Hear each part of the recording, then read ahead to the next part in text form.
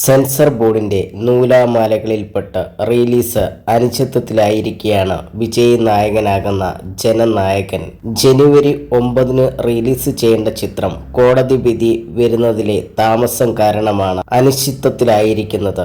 പുതിയ release date ഇതുവരെ പ്രഖ്യാപിക്കാത്തതിനാൽ ആരാധകരും നിരാശയിലാണ്. രാഷ്ട്രീയ പ്രവേശത്തിന് മുമ്പ് വിജയ് നായകനാകുന്ന അവസാന ചിത്രം ആഘോഷിക്കാനുള്ള ആരാധകരുടെ കാത്തിരിപ്പ് നീളുകയാണ്.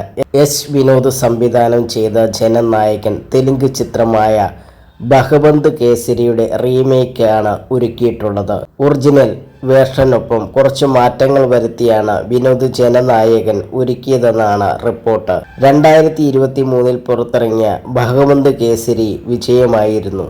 എന്നാൽ ഭഗവന്ത് കേസരിയുടെ ഒറിജിനൽ വേർഷൻ മലയാളത്തിൽ നിന്നുമാണ് എന്നൊരു പോസ്റ്റ് വൈറലാകുകയാണ്. 1965 പുറത്തിറങ്ങിയ ഓടയിൽ നിന്നും എന്ന ക്ലാസിക് സിനിമയുടെയും ഭഗവന്ത് കേസരിയുടെ മൂലകഥ ഒന്നാണ്. ഈ പോസ്റ്റർ വൈറലാകുന്നു. പോസ്റ്ററിൽ പറയുന്നു, സത്യൻ, പ്രേം നസീർ തുടങ്ങിയവർ പ്രധാന വേഷം ചെയ്ത ചിത്രം ഹിറ്റായിരുന്നു.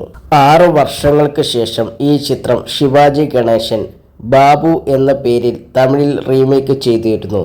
തമിഴിലും ഹിറ്റായതോടെ ചിത്രം കൂടുതൽ ശ്രദ്ധിക്കപ്പെട്ടു.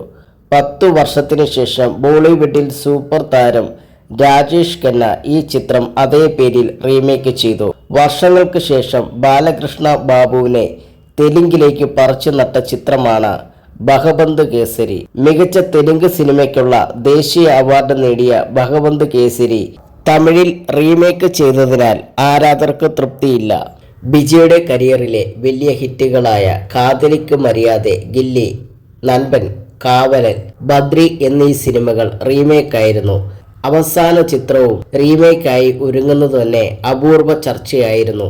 എന്നാൽ ഭഗവന്ത് കേസരിയുടെ കോർ തീമിൽ വിജയുടെ രാഷ്ട്രീയവും ഉൾപ്പെടുത്തിയ ചിത്രമാണ് ജനനായകനെന്ന് റിപ്പോർട്ടുണ്ട്.